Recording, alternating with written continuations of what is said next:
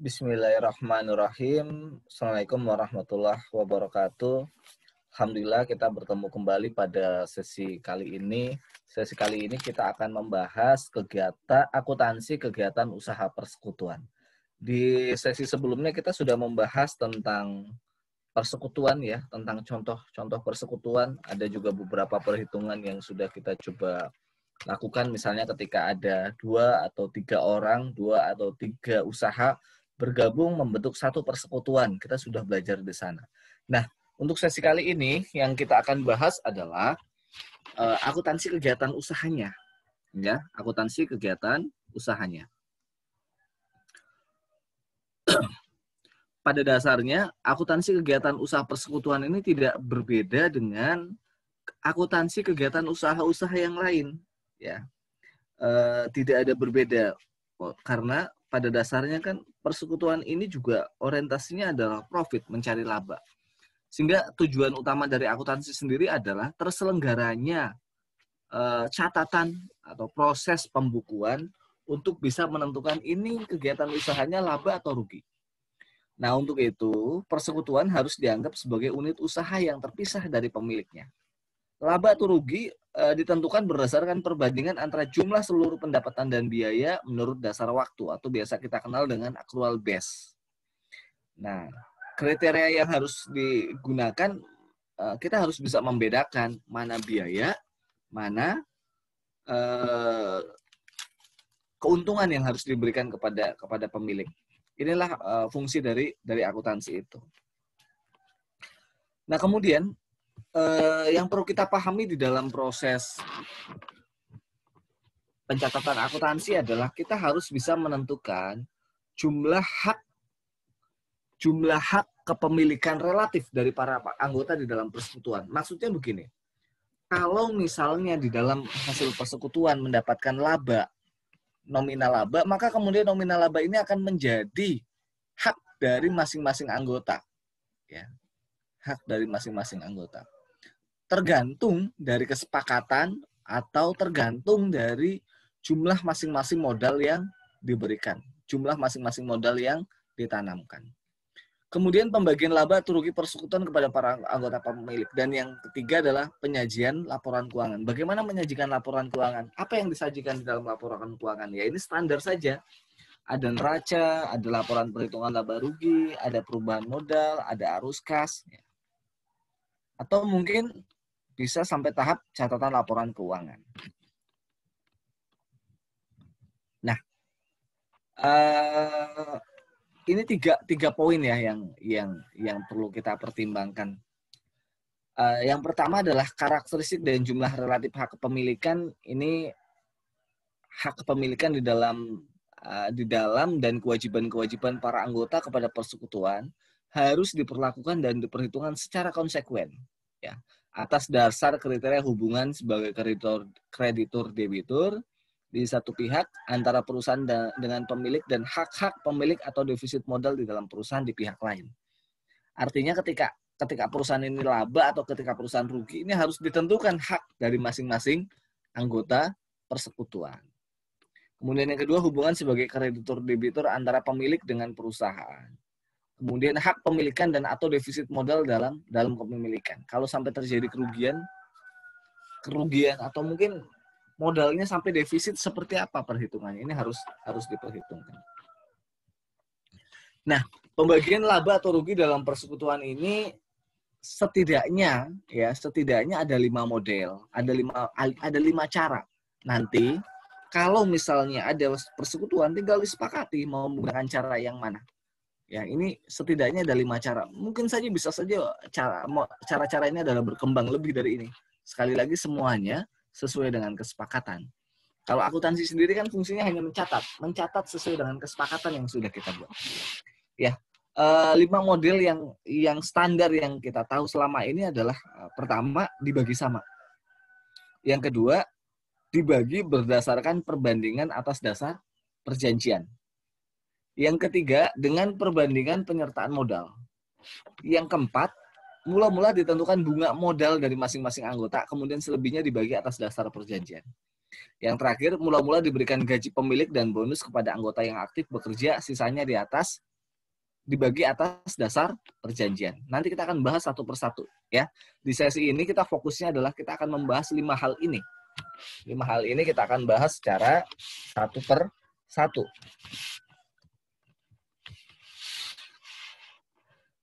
Oke, kita masuk langsung ke contoh soal ya. Kita langsung masuk ke contoh soal. Tuan F, Tuan G, dan Tuan H telah mendirikan persekutuan dan pada tahun 2020 mendapatkan keuntungan sebesar 150.000. Pada akhir tahun 2020 diketahui posisi rekening pribadi atau privé, personal current account, dan rekening modal masing-masing anggota adalah sebagai berikut. Pribadi F, privé F maksudnya ya. Ini Mei 7, 20.000. Saldonya 20.000 di sisi debit. Kalau privé ini kan sisi debit ya. Kemudian pribadi Tuan G, 35.000 pada tanggal 31 Mei. Pribadi H, 45.000 pada Mei pada 15 Mei. Nah, ini modal. Ini modal. Modal Tuan G. Pada Januari, 2 Januari, Tuan G ini menanam 300.000. Saldonya 300.000. Pada tanggal 1 April nambah 100.000 menjadi saldonya 400.000 di sisi kredit ya kalau modal. Jangan sampai lupa. Kemudian modal Tuan H. Modal Tuan H ini pada tanggal 2 Januari menanam modal 400.000. Saldonya 400.000. Pada tanggal 1 Juni nambah 100.000 jadi 500.000. Tuan G, modal Tuan G pada tanggal 2 Januari ini modalnya 500.000. Pada tanggal April ya, anggaplah 1 April lah ya. Pada tanggal 1 April nambah modalnya 875.000 menjadi 1.375.000. Tetapi pada tanggal 1 Agustus ditarik kembali modalnya 775.000 sehingga saldo modalnya tersisa 600.000.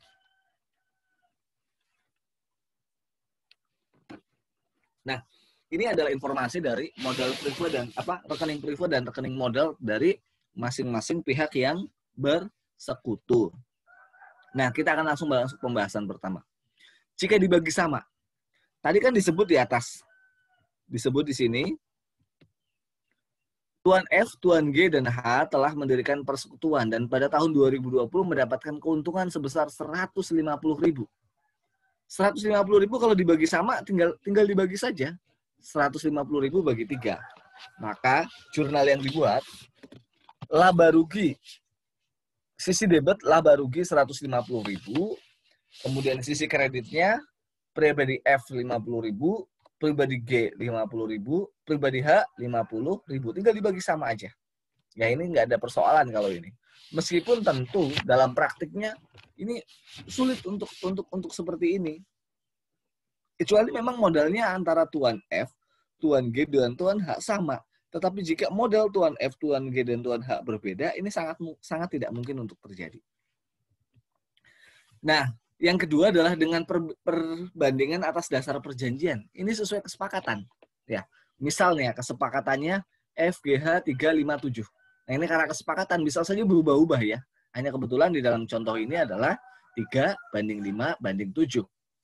Maka, bagaimana cara menghitungnya? Bagian laba Tuan F, 3/15 kali 150. Sama dengan 30.000. Bagian laba Tuan G, 5/15 kali 150. Sama dengan 50.000. Bagian laba Tuan H, 7/15 kali 150.000. Menjadi 70.000. Jumlahnya menjadi 150.000. Jurnal yang dibuat, laba rugi 150, pribadi F 30.000, pribadi G 50.000, pribadi H 70.000. Oke, sampai di sini ya. Kira-kira apakah ini bisa dipahami ya? Oke, mungkin begini. Masih ada yang bertanya, Pak, dari mana ini angka 3/15, 5/15, 7/15? Kita lihat, perbandingannya kan 3, 5, 7. Maka 3 ditambah 5 ditambah 7. 3 tambah 5 tambah 7 sama dengan 15. Maka kemudian angka 3 ini dibagi dengan total 15. 3/15, 5/15, 7/15. Dikali 150.000. Inilah kemudian pembagiannya. Sesuai dengan perjanjian. Oke, sampai di sini ya. Kita pelan-pelan. Kemudian masuk yang ketiga. Dengan perbandingan penyertaan modal. Nah, kalau kita menggunakan perbandingan penyertaan modal, ini mungkin yang paling banyak terjadi, gitu ya. Maka ada 3 cara yang bisa kita lakukan. Sesuai dengan perbandingan modal awal, sesuai dengan perbandingan modal akhir, dan sesuai dengan modal rata-rata tahunan. Nah, ada 3 cara. Kita akan masuk cara yang pertama. Sesuai dengan perbandingan awal. Nah, jurnalnya laba dan rugi 150.000, pribadi F 37.500, pribadi G 50.000 dan pribadi H 62.000 di sisi kredit ya. Laba rugi ini di sisi debit, pribadi F, pribadi G dan pribadi H masing-masing di sisi kredit 37.500, 50.000 dan 62.500. Cara menghitungnya seperti apa? Kita lihat di dalam tabel ini ya. Kita lihat di dalam tabel. Kan perhitungannya adalah sesuai dengan perbandingan awal, modal awal. Nah, modal awal Tuan F 300.000, Tuan G 400.000, Tuan H 500.000. Jumlahnya 1.200.000. Sedangkan laba yang dibagi 150.000, maka kita tinggal bagi saja. 3/12, 4/12, 5/12, sama dengan 12/12. Dari mana angka 12 ini? 3 tambah 4 tambah 5. Ini kita kecilkan sebenarnya. 0-0-nya kita coret. Tinggal 3, 4, 5. Sehingga 3, 4, 5 sama dengan 12. Sehingga 3 bagi 12, 4 bagi 12, 5 bagi 12. Hasilnya 37.500. Yang Tuan G 50.000. Tuan H 62.500. Ya. 3 dibagi 12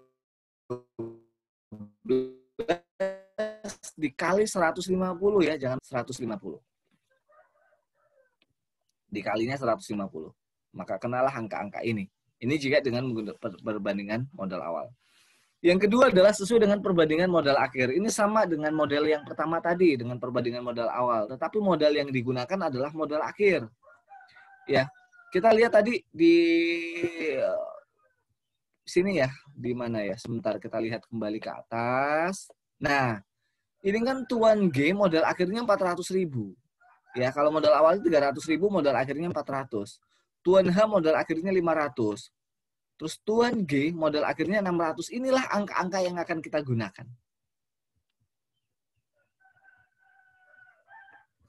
Ya, inilah angka-angka yang akan kita gunakan.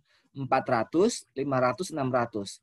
Kita sederhanakan, kita buang nolnya. 4 ditambah 5 ditambah 6, 15. Makanya kemudian 4 dibagi 15 dikali 150.000 sama dengan 40.000. 5 dibagi 15 kali 150 sama dengan 50.000. 6 dibagi 15 dikali 150.000 menjadi 60.000. Maka kemudian inilah yang kita masukkan ke sisi kredit ini. Ya. Oke, sampai di sini kita lanjut. Sesuai dengan perbandingan modal rata-rata tahunan.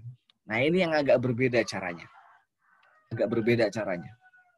Nah, ini di sini ketemu angka jurnalnya. Jurnalnya di sisi debit laba rugi 150.000, pribadi F 33.750, pribadi G 41.250, pribadi H 75.000. Ya. Nah, bagaimana cara menghitung? Ini cara menghitungnya. Nah, di sini kan cukup banyak kolom-kolom perhitungannya ya.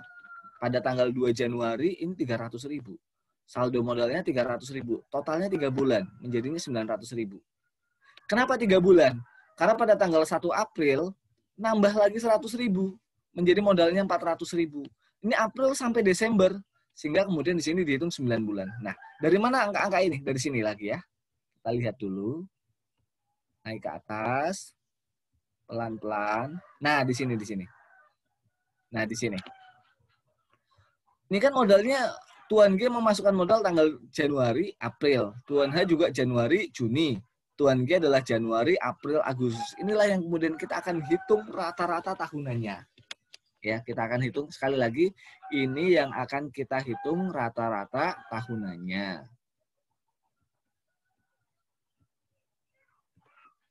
Nah, Sekali lagi, pada tanggal 2 Januari, Tuan F memberikan modal 300.000. Saldo modalnya 300.000. Ini berlaku 3 bulan. Karena begitu tanggal 1 April modalnya ditambah 100.000 menjadi 400.000. Sehingga yang 300.000 ini hanya 3 bulan. 400.000 ini sampai bulan Desember. Ya, dari bulan April sampai Desember ini kan 9 bulan. Maka 400.000 dikali 9 bulan 3.600.000. Totalnya 12 bulan 4.500.000. Tuan G pada tanggal 2 Januari ini modalnya 400.000. Totalnya 5 bulan. Kenapa 5 bulan? Karena pada tanggal 1 Juni nambah lagi 100.000 jadi 500.000. 400.000 dikali 5 2 juta. Nah, pada tanggal 1 Juni nambah 100.000 menjadi 500.000. Juni, Juli, Agustus, September, Oktober, November, Desember. Totalnya 7 bulan. Maka kemudian 500.000 dikali 7, 3.500.000. Totalnya 5.500.000. Bulannya 12. Nah, Tuan H, pada tanggal 2 Januari ini modalnya 500.000. Ini hanya 3 bulan. Kenapa 3 bulan? Karena tanggal 1 April sudah nambah lagi 1.875.000. Totalnya menjadi 1.375.000. Nah, ini kenapa sampai April disebutnya 3 bulan? Karena kan Januari, Februari, Maret. Ini 3 bulan ya. Terus April nambah lagi 875.000. Tapi ini yang nambah 875.000 ini hanya 4 bulan. Kenapa? Karena tanggal 1 Agustus diambil modalnya 775.000. Sehingga tersisa 6 bulan, 600.000. 600.000 ini selama 5 bulan. 600.000 dikali 5, 3 juta. Totalnya di sini 10 juta, totalnya 12 bulan. Inilah modal rata-rata yang dimiliki tahunan. Tuan F 4.500.000, Tuan G 5.500.000, Tuan H 10 juta. Oke. Setelah ini kemudian kita hitung masing-masing bagiannya. Sama seperti yang model perhitungan sebelumnya ya. Anggota F 45.000 per 200, anggota G 55.000 per 200, anggota H 100 per 200 dikali 150. Ya, saya ulangi. Anggota F 45.000 per 200 kali 150. Hasilnya 33.750. Tuan G 55 bagi 200 kali 150.000. Hasilnya 41.250. Tuan H 100 dibagi 200 dikali 150 hasilnya 75.000. Dari mana ini angka 45, 55, 100? Dari sini. 4.500.000 disederhanakan, 05-nya dibuang.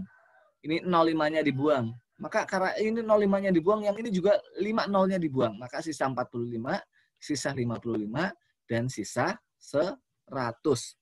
Inilah kemudian dijumlah 45 ditambah 55 ditambah 100 menjadi 200. Gitu ya. Oke, mudah-mudahan dipahami sampai di sini.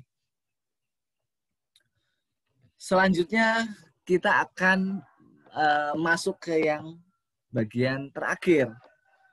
Memperhitungkan masing-masing biaya modal. Ya. Modal ini kan, uang ini kalau disimpan di bank ada bunganya. Sehingga kemudian kalau kita mau menaruh usaha, ini bukan yang terakhir ya, masih ada satu lagi nanti.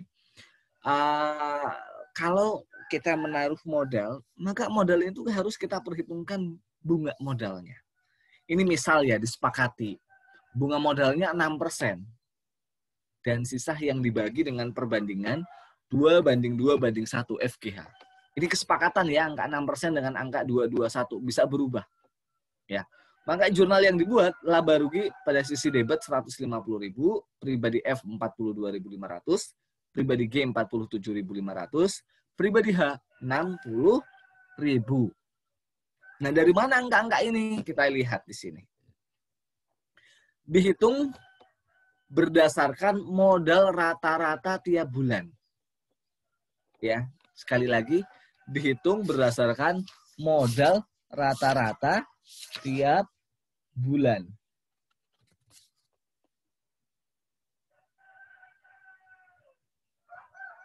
Nah, caranya adalah gampang. Tinggal 6% dikali 4.500 bagi 12. Hasilnya 22.500.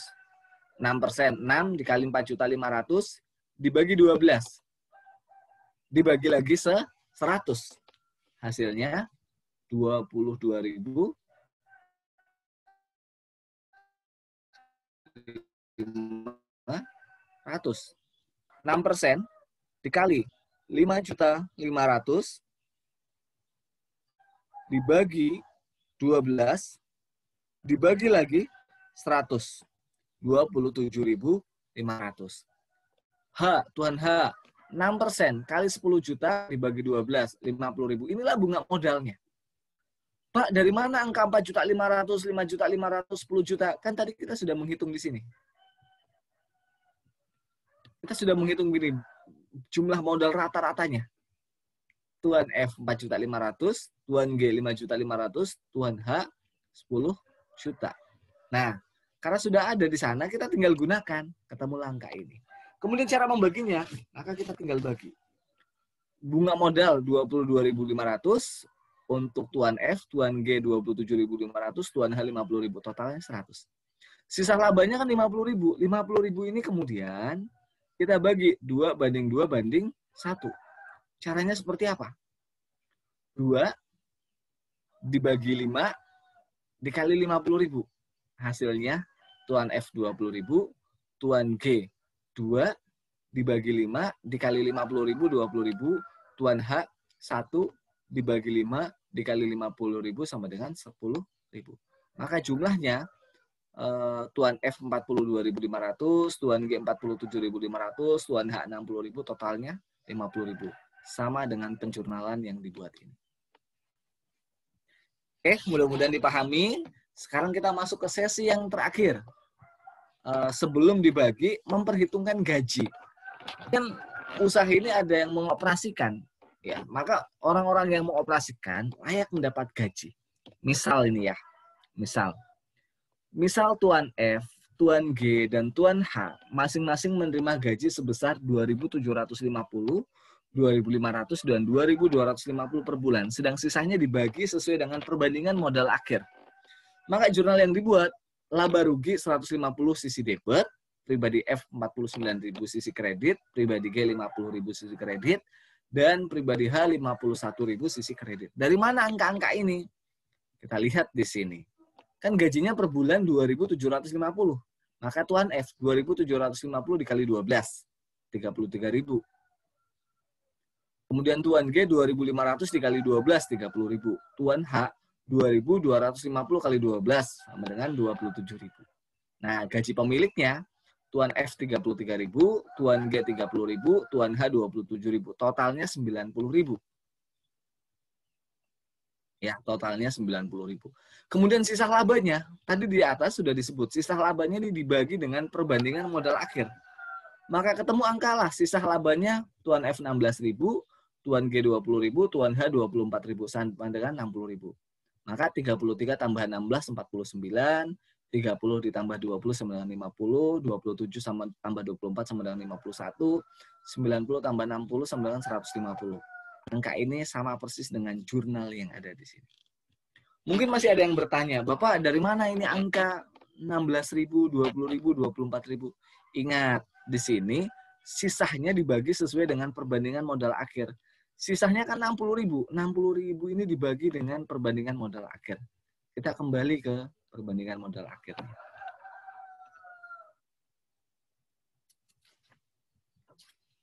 Ya. Nah, ini kan perbandingan modal akhirnya. Tadi. Modal akhirnya kan 400.000, 500.000, 600.000. Maka 456 per 15. Maka caranya tadi menghitung adalah 4 dibagi 15 dikali sisa 60.000. Tuan G, 5 dibagi 15 dikali 60.000. Dan H, 6 dibagi 15 dikali 60.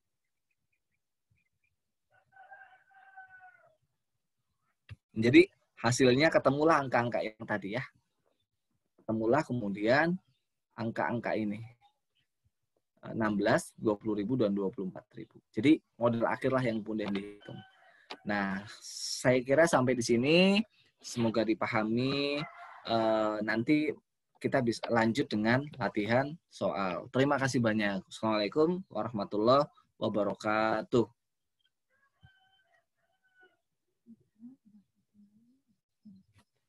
Iya.